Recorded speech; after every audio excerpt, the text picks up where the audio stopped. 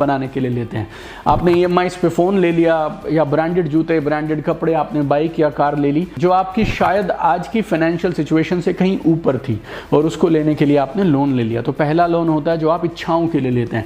दूसरा होता है जो आप ज़रूरत के लिए लेते हैं, एजुकेशन लोन, शादी के लिए loan, home loan, personal loan. कई बार अपने नहीं तो अपनी बहन की शादी के लिए आपने ले लिया, बेटी की शादी के लिए ले लिया, बच्चों के एजुकेशन के लिए ले लिया, घर खरीदने के लिए ले लिया। तो ये सब होते हैं दूसरी तरह के लोन जो होते हैं नीड बेस्ड लोन, ज़रूरतों वाले। तीसरे होते हैं जो जिन्हें हम बोलते हैं एसेट बिल्ड करने वाले लोन्स होते हैं। बिजनेसेस के लिए, रियल एस्टेट के लिए आप लोन लेते हैं ताकि आप अपनी कंपनी को, अपने बिजनेस को ग्रो कर सकें। आज के इस वीडियो में हम तीसरे की बात नहीं करेंगे। वो लोन तो देखिए ज़रूरी होते हैं और हर बिजनेस को ग्रो कराने के लिए आपको लोन्स चाहिए होते हैं। हम इस वीडियो में पहले दो की बात कर रहे हैं जो लोन आपने लिए हैं अपनी ज़रूरतों के लिए या फिर अपनी इच्छाओं के लिए।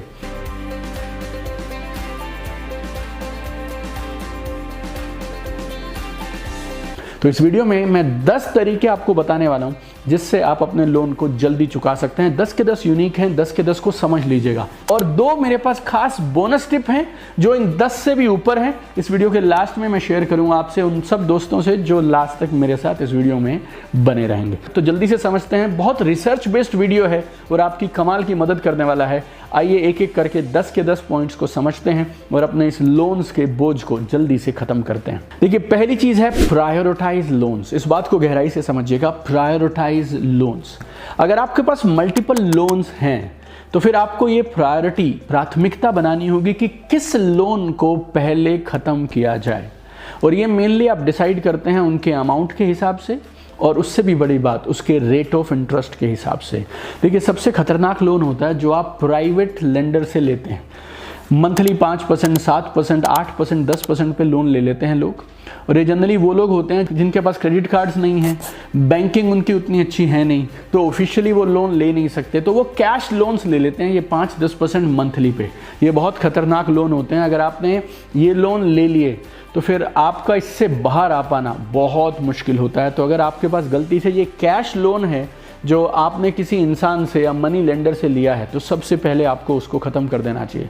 दूसरा लोन जो बहुत खतरनाक होता है और ऑफिशियली जो लोन लिए जाते हैं उनमें सबसे खतरनाक है वो है क्रेडिट कार्ड लोन।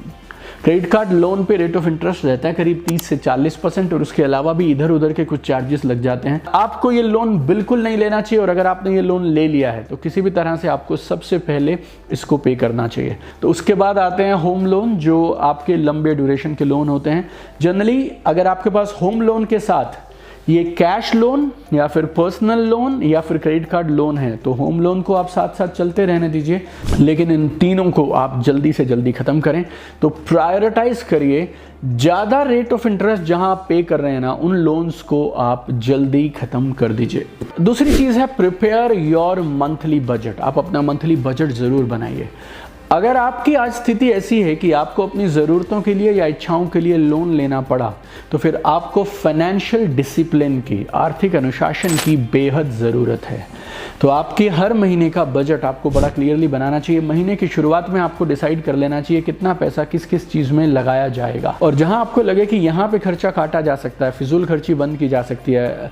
आप हफ्ते में एक बार अगर फास्ट फूड के लिए बाहर खाने जाते हैं तो क्या वो अवॉइड किया जा सकता है। स्मोकिंग पे, अल्कोहल पे, फास्ट फूड पे, इधर उधर के ब्रांड्स पे अगर खर्चा हो रहा है तो उस खर्चे को आपको काटना चाहिए। और मुझे ये मत बोलना इन छोटे छोटे खर्चों को काट कर क्या फ़ायदा होगा। आपको इस वीडियो के लास्ट तक मैं बताऊंगा इन छोटे छोटे खर्चों को काट कर क्या फ़ायदा होगा, लेकिन फाइनेंशियल डिसिप्लिन और बजट के साथ काम करना आपके लोन्स को जल्दी पे करने में अहम भूमिका निभाएगा। और इस वीडियो में आप मेरे साथ बने रहिएगा। मैं फिर से बोल रहा हूँ क्योंकि 10 के 10 एकदम अलग आइडियाज़ हैं और ऊपर से 2 बोनस आइडियाज़ हैं। 2 मैं डिस्कस कर चुका हूँ, 8 आइडियाज़ प्लस 2 बोनस और हैं।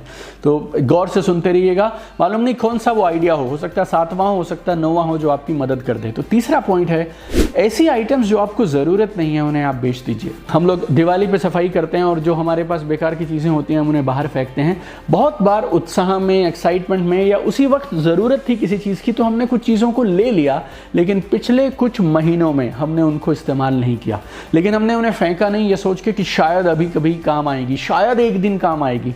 जो चीज़ पिछले 3, 6, 12 महीने काम नहीं आई ना, तो उस चीज़ की आपको यकीन मानिए ज़रूरत नहीं है। तो OLX या जो भी अलग अलग प्लेटफॉर्म है, अपनी बेकार की चीज़ें जो आपके काम की नहीं है उन्हें बेच दीजिए, और जो फंड्स आए उन्हें कहीं और मत डालिए, अपने लोन की रीपेमेंट के लिए तुरंत उस फंड का इस्तेमाल करिए। चौथी कमाल की चीज़ जो आपको करनी चाहिए, आपकी इच्छाएं बड़ी हैं और उन इच्छाओं को पूरा करने के लिए आपको लोन लेना पड़ता है। ये क्या है? आपको कोई side hustle, side income, part time income के लिए काम करना शुरू कर देना चाहिए। अगर आपकी इच्छाएं बड़ी हैं तो उन इच्छाओं को पूरा करने के लिए मेहनत करिए। बाकी लोग 8-10 घंटे काम करते हैं, आपकी इच्छा बड़ी है तो फिर आप 14 घंटे काम करिए। तो कुछ ना कुछ साइड में अपनी जॉब के साथ, प्रोफेशन के साथ में आप शुरू कर सकते हैं, और कम से कम आप इतना काम कर लें कि आप अपने लोन की साल की एक EMI एक्स्ट्रा पे कर दें अपनी साइड हसल से। तो अगर आप 12 EMI पे करते हैं ना अपनी रेगुलर इनकम और सैलरी से, तो अपनी साइड हसल से बस इतना काम कर दो कि आप 13वीं एक एक्स्ट्रा EMI पे कर दोगे।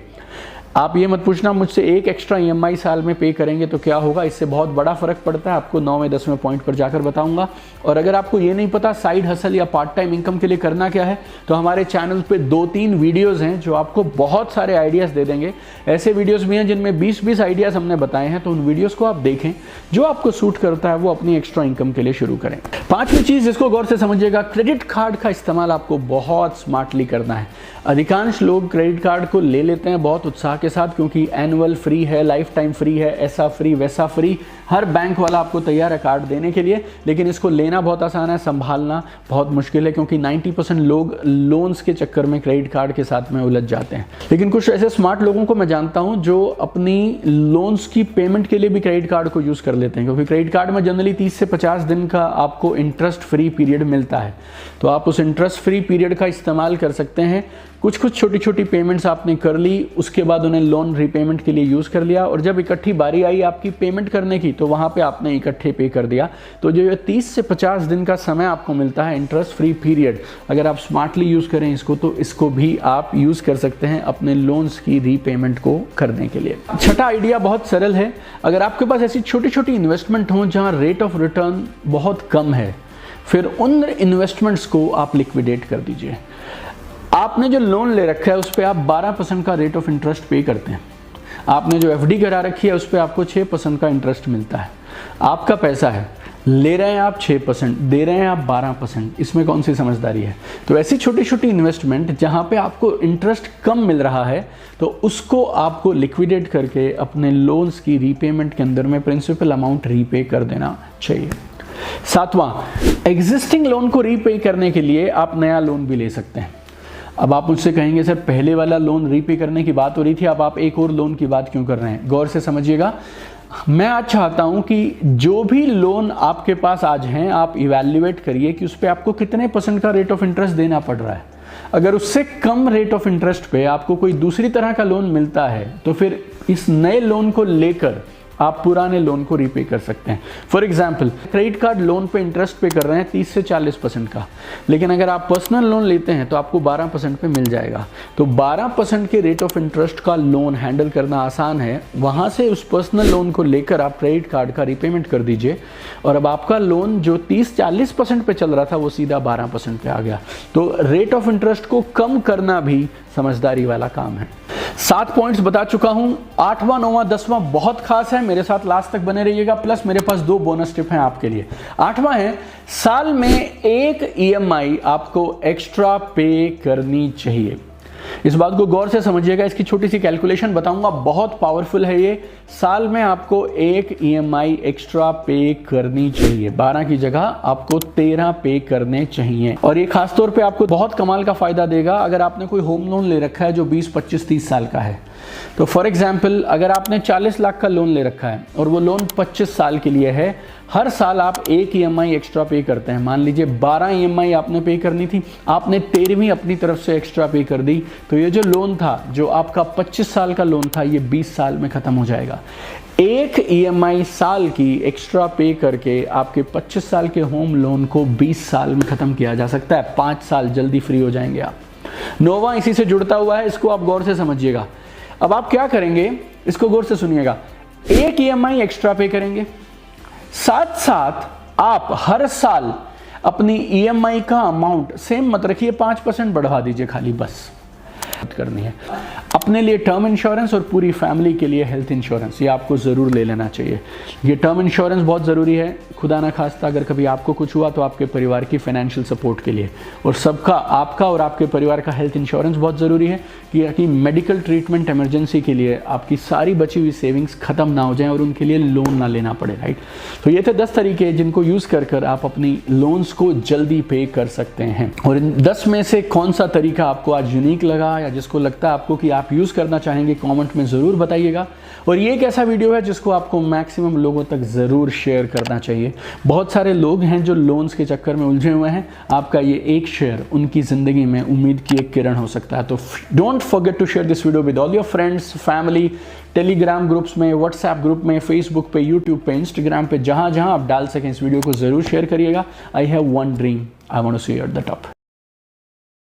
में, व्हाट्सएप ग्रुप में, फेसबुक पे, यूट्यूब पे, इंस्टाग्राम पे, जहां जहां आप डाल सकें इस वीडियो को जरूर शेयर करिएगा। I have one dream, I want to see at the top.